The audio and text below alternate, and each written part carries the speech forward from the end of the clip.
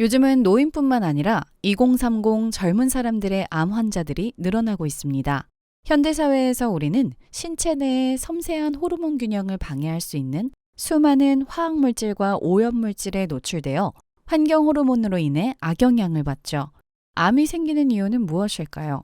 암이 생기는 원인은 매우 다양한데 면역체계 이상, 유전적 요인으로 인해 또는 중금속, 자외선, 방사선, 바이러스 등의 발암물질이 몸속으로 들어와서 정상세포의 염색체에 돌연변이를 일으켜 암을 만듭니다.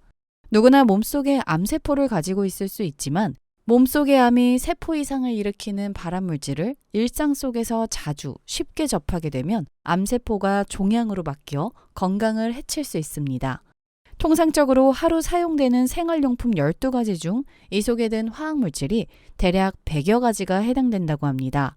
발암물질을 피하기 위해서는 일상생활 공간에 우리가 몰랐던 발암물질을 최대한 없애줘야 합니다. 이번 시간에는 집안에서 생성되는 발암물질에 대해 말씀드리겠습니다. 발암물질이란 세계보건기구 산하기관인 국제암연구소에서 분류하고 선정한 물질들입니다. 우리의 일상 속에서 우리가 모르고 쉽게 넘어갈 수 있는 숨겨진 발암물질들이 있습니다. 첫 번째로는 오래된 요가 매트인데요. 요가 매트는 PVC를 이용해 말랑말랑하게 하기 위해 가소제를 사용하게 됩니다. 프탈레이드계 가소제를 사용하는데 이는 이군 발암물질이며 신경 독성 및 성조숙증, 여러 성인병의 원인이 됩니다. 따라서 오래 사용하여 표피가 벗겨진 요가 매트는 당장 버리시길 바랍니다. 요가 매트의 위험 물질 성분으로 피부와 호흡기에 미치는 부정적인 영향을 고려하면서 편안한 운동 환경을 찾기 위해 안전한 요가 매트를 선택하려면 PVC와 프탈레이트가 사용되지 않은 제품을 사용하는 것이 좋습니다. 두 번째로는 드라이 클리닝 비닐입니다. 드라이 클리닝 후 세탁물을 비닐에 포장하여 가져올 때 느껴지는 휘발유 냄새는 주로 유기용매로 사용되는 테트라클로로에틸렌의 특징 중 하나입니다. 이 유기용매는 물에 비해 가벼워 세탁물에 미치는 힘이 적고 세탁 과정에서 세탁물의 형태와 크기의 변형을 줄여주며 얼룩 제거 효과가 뛰어나기 때문에 주로 사용되는데요. 그러나 테트라클로로에틸렌은 이군 발암물질로 분류되어 있어 건강에 부정적인 영향을 줍니다. 노출된 유기용매의 휘발성 물질은 실내 공기 중 농도가 높아질 경우 더욱 위험하므로 드라이 클리닝 후에는 세탁물을 비닐에서 꺼내고 1시간 이상 환기시켜주는 것이 중요하며 세탁물 오염이 걱정될 경우 부직포로 된 옷 커버를 사용하여 옷을 보관하는 것이 좋습니다. 세 번째로는 플라스틱 재질의 조화입니다. 실내 인테리어를 위해 관리하기 힘든 생화보다 많이 사용되는 조화. 요즘에는 기술이 좋아져 마치 생화와 구별이 힘들 정도인데요. 조화는 합성 섬유와 플라스틱, 철심 등을 이용해 천연 식물을 모방해 만든 제품입니다. 일반적으로 조화의 꽃잎은 PE, 나일론, PVC 등으로 만들어지고 줄기는 플라스틱이 사용되죠.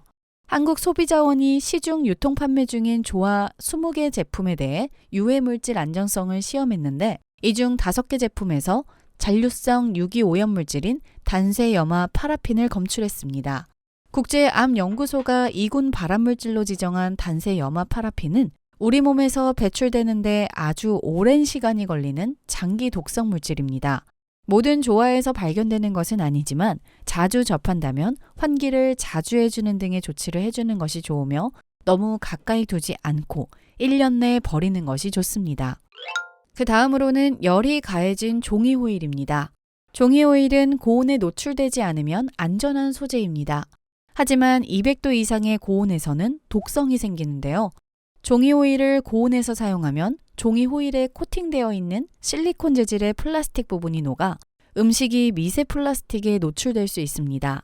미세 플라스틱이란 5mm 미만의 아주 작은 입자를 가진 플라스틱을 말하는데 폐질환 유발, 폐 기능 저하, 염증 및 암 등을 유발한다고 나와 있습니다. 일반적으로 종이 호일은 200도 이상의 고온에서도 타거나 녹지 않는다고 알려져 있지만 사실 200도 이하에서도 조금씩 코팅 물질인 폴리실록세인이 녹아나올 수 있으니 안전을 고려해 다양한 조리 방법을 검토하고 높은 온도에서의 사용을 피하는 것이 좋습니다. 5번째로는 플라스틱 장난감입니다. 플라스틱으로 만든 어린이 장난감에는 각각의 유형에 맞는 특성을 구현하기 위해 다양한 화학물질이 첨가제로 들어갑니다. 그런데 어린이들은 신진대사와 인체 장기, 조직의 성장 속도가 빨라 어른들보다 화학물질에 더 민감한데요. 그렇지만 대부분의 플라스틱 장난감에는 구체적으로 어떤 화학물질이 포함되어 있는지 표시되어 있지 않습니다. 플라스틱 장난감이나 학용품 중 PVC는 생식기관에 영향을 미치니 조심해야 합니다. 마지막으로는 주방 나무도마입니다. 나무도마로 말을 했지만 부엌에서 나무로 된 숟가락, 젓가락, 그릇, 도마 등의 식기를 사용합니다. 이런 나무 조리기구나 도구는 사용감에 따라 인체에 치명적일 수 있는데요. 일상 가정의 나무 식기류는 관리를 제대로 하지 않으면 세균이 변기만큼 많습니다. 관리하지 않은 나무 식기는 변기보다 약 6배나 많은 세균이 측정됐으며 그릇의 경우에는 더 심각했는데요. 오염도를 측정하는 기계로 확인한 결과 변기가 3,487 RLU 수준이었는데 나무도마는 5,077, 나무 숟가락은 6,539, 나무 그릇은 무려 8,232 RLU 정도 되었습니다. 나무 식기는 구멍이 대단히 많은 구조여서 음식물 찌꺼기 등이 끼이게 되면 리조푸스나 아스퍼질러스와 같은 종류의 곰팡이들이 많이 생길 수 있으며 곰팡이가 생성하는 독소는 없어지지 않기 때문에 더 문제가 되기도 합니다. 일상에서 미처 인지하지 못한 생활 속 발암물질에 대해 알려드렸습니다. 오래된 요가 매트부터 종이 오일 등의 사용에 주의하세요. 또한 주방에서 요리 시 볶고, 굽고, 튀길 시 나오는 연기에는 미세먼지와 벤젠 등이 포함되어 이 또한 암의 원인이 될 수 있습니다.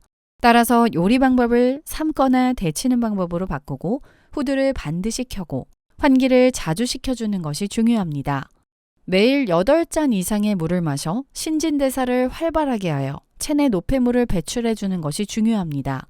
튀긴 음식보다는 찌거나 삶고 탄 부위는 먹지 않는 것이 좋으며 숯불 조리 시 연기를 마시지 않게 피하고 과일이나 채소는 하루에 한 번 이상 섭취하시는 습관을 들이시면 생활 속 발암물질을 배출할 수 있습니다. 시청해주셔서 감사합니다. 영상이 도움이 되셨다면 좋아요와 구독, 알림 설정까지 부탁드립니다.